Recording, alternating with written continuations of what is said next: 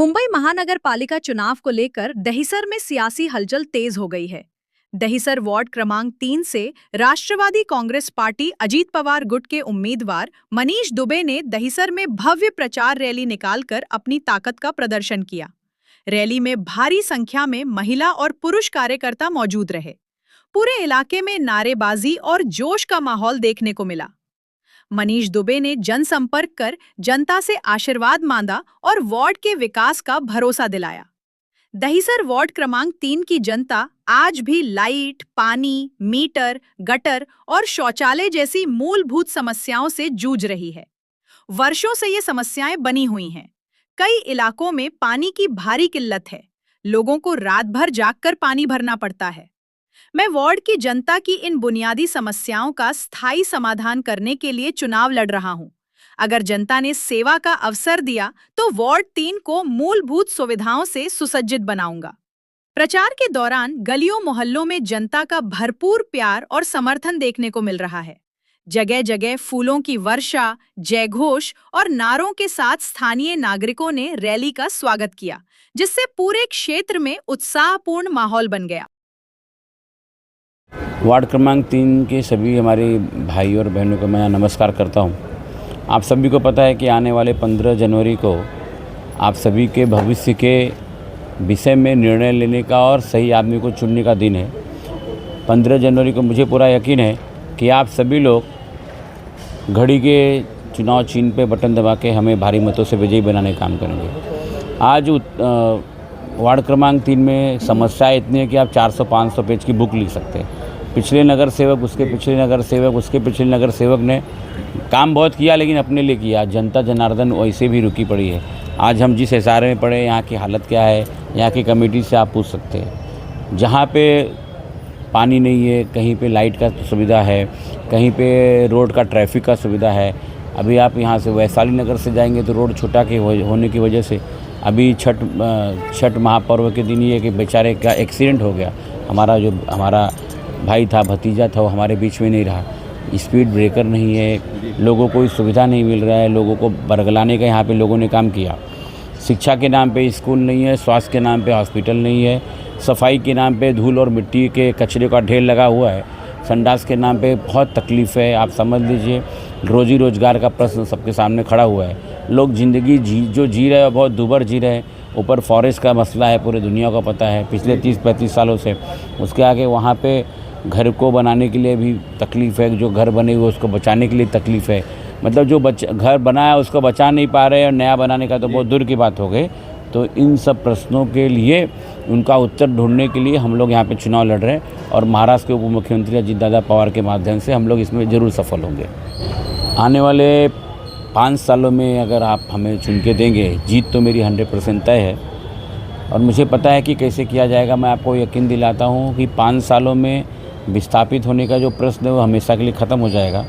कानूनन सबको उस जगह पे जहाँ पे उनका घर है उसको मान्यता दिलाने के लिए हम लोग कानून के माध्यम से सुप्रीम कोर्ट तक जाएंगे।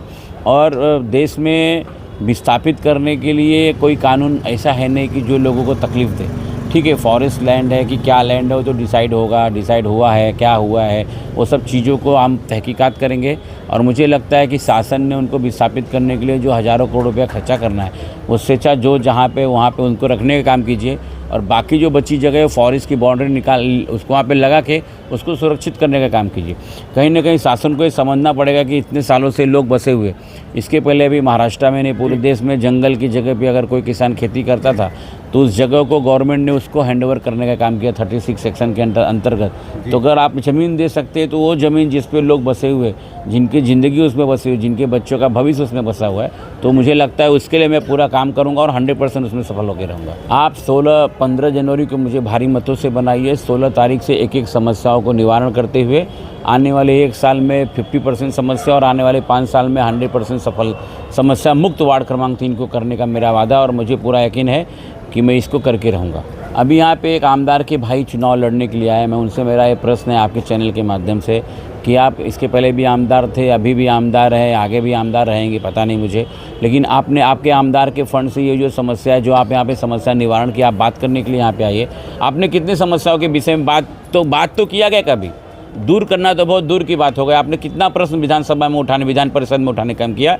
यहाँ पे लोग जो आए हुए हैं वो अपना घर कैसा बढ़ेगा, अपने परिवार को कैसा बढ़ाएंगे, यहाँ पे परिवारवाद की राजनीति चलाने के लिए यहाँ पे लोग आए हुए हैं। जो स्थानिक यहाँ का कार्य सम्राट नगर सेवक था उसका टिकट काट कर दिए, जो वहाँ का अच्छा शाखा प्रमुख था उसकी बेटी को टिकट मिलने वाला था उसका टिकट काट दिए, और इस दूसरी पार्टी में जो पिछली बार 200-250 वोट से हारा था उसका टिकट काट करके ये नए लोग एक संघीय ढांचा बना के एक दूसरे को मदद करके जिताने का जो षड्यंत्र चल रहे हैं, वार्ड क्रमांक 3 की जनता जानती है और उनको पूरा यकीन है कि आने वाले 15 तारीख को आपका कोई भविष्य सुधार सकता है तो माननीय महाराष्ट्र के उप मुख्यमंत्री अजीत दादा पवार के माध्यम से उनका भविष्य सुधर सकता है। इसके लिए मुझे पूरा यकीन है कि आने वाले 15 तारीख को आप घड़ियाल के चुनाव चिन्ह पे हमें भारी मतों से हमें विजयी बनाने का काम करेंगे, और जो इतने सालों से अविरल जो समस्या चल रही है उसको कहीं कहीं रुका के उस समस्याओं का समाधान ढूंढने के लिए आप हम लोग साथ मिल करेंगे और हम एक दूसरे का सपोर्ट करके उस समस्याओं का निवारण करेंगे। सर आपको बताया कि एक साल के अंदर 50% समस्या जो है, समस्या दूर करने के लिए ना बहुत समय नहीं लगता, समस्या दूर करने के लिए प्लानिंग लगती है और सोच लगती है। कुछ लोग मैं सुना कि जो आमदार है जो लड़ने आए हैं उनके भाई को कोई पूछने गया कि भाई हम लोग केतकी पाड़े में रहते, तो उनका जवाब था अरे कौन सा केतकी पाड़ा, ऐसा लोग कह रहे, मेरे सामने की तो बात नहीं, मेरे कानों में भी इस तरह से बात आ रही है। जो जनप्रतिनिधि अगर अपने जनता जनार्दन से, जो माई बाप सरकार है, अगर उस तरह से बात करने की बात करता है तो कहीं नहीं इसकी सोच क्या है और उसके आगे की सोच में आगे क्या कर सकता है, यहाँ पे क्या विकास करेगा, खुद का करेगा कि आपका करेगा, आपको ये सोचना पड़ेगा, समझना पड़ेगा। और यहाँ पे जो लाड़की बहन योजना के माध्यम से, अजीत दादा पवार के माध्यम से, दीदी तटकर के माध्यम से जो हमारी बहनों को हर महीने का संबल मिलता है, मुझे पूरा यकीन है कि आने वाले 15 जनवरी को आप बहनों का मुझे भारी मतों से मुझे पूरा भर भर के आशीर्वाद मिलेगा और मैं भारी मतों से यहाँ पे विजयी होऊंगा और आने वाले समय में यहाँ की जो समस्या है उसको दूर करने के लिए मैं प्रयास नहीं 100% प्रयत्न करूँगा। बहुत बहुत धन्यवाद सर।